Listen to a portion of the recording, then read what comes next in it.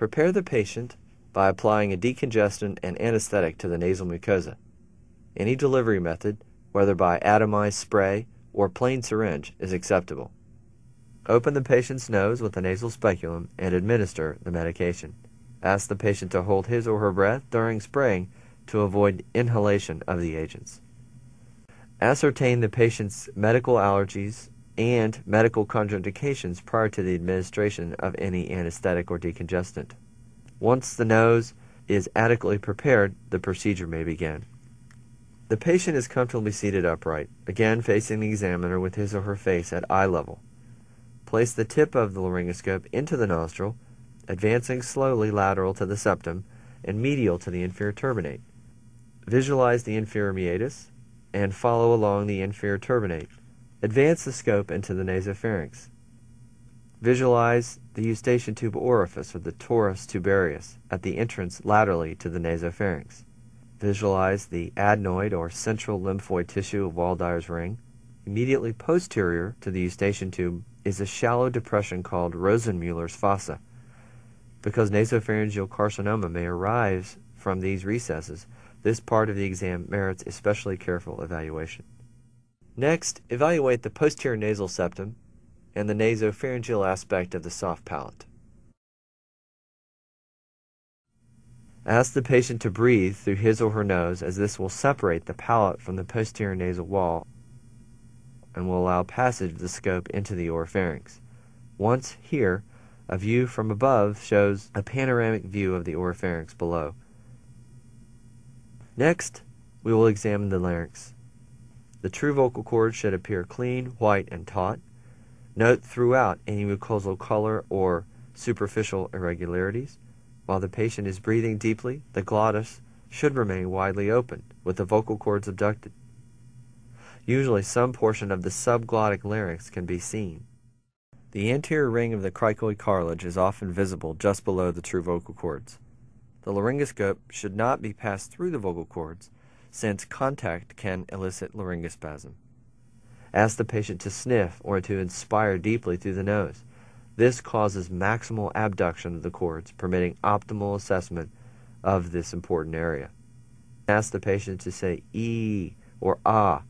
In the normal patient, the vocal cords will adduct in the middle and come into contact along the entire length, allowing for a precise assessment. During human speech, a vibratory wave is formed as vocal cords produce sounds. Stroboscopic illumination of the larynx can thus reveal subtle alterations of vocal fold vibration. Examine the following laryngeal structures: the epiglottis, arytenoids, aryepiglottic folds, the false vocal folds, the true vocal cords, and the subglottic region or cricoid shelf.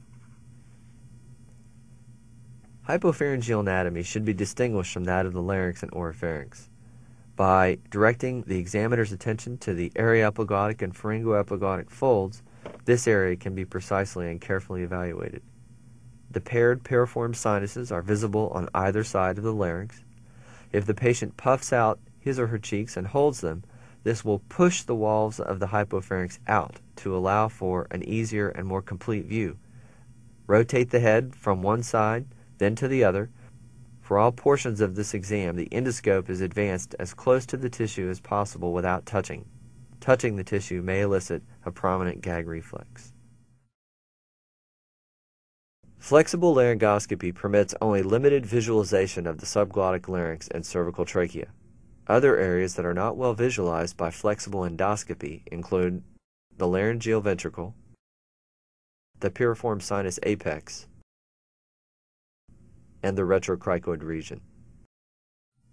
If the cause of the patient's symptoms is not elucidated or a subglottic abnormality is suspected, direct cervical tracheoscopy and bronchoscopy should be performed in the operating room. Aftercare following nasolaryngoscopy is minimal. The only instruction given to the patient is to avoid eating and drinking for 1 hour to prevent aspiration that could be potentially caused by reduced laryngopharyngeal sensation. This procedure is generally painless, and therefore no post-procedure analgesia is required. Here are some tips that will facilitate successful laryngoscopy. Give the patient a tissue prior to starting the procedure. Nasal instrumentation may elicit a tearing reflex or sneeze. Ask the patient not to swallow throughout the exam. If the endoscope becomes covered with secretions, it can be withdrawn and gently touched on the mucosa of the nasopharynx, which has diminished sensation. This maneuver will clear the lens and usually causes no discomfort. Evaluation of the larynx and pharynx is an important part of a complete physical examination. Laryngoscopy by mirror or flexible fiber optic exam can safely be performed in the adult and pediatric population for benign or malignant conditions. With the advent of multidisciplinary care for head and neck cancer, knowledge of laryngoscopy and laryngopharyngeal anatomy is important in an increasing number of medical specialties.